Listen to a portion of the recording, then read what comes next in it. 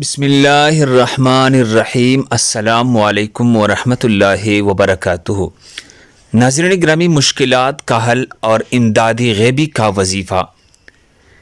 سورہ فتح آیت نمبر 7 میں اللہ فرماتے ہیں: اعوذ باللہ من الشیطان الرجیم، بسم اللہ الرحمن الرحیم۔ وَلِلَّهِ جُنُودُ السَّمَاوَاتِ وَالْأَرْضِ وَكَانَ اللَّهُ عَزِيزًا حَكِيمًا۔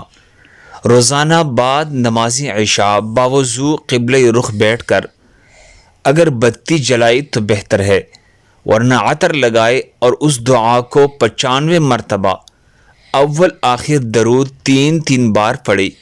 انشاءاللہ اس دعا کی برکت سے اللہ تبارک و تعالی آپ کی مشکل کو دور فرمائیں گے۔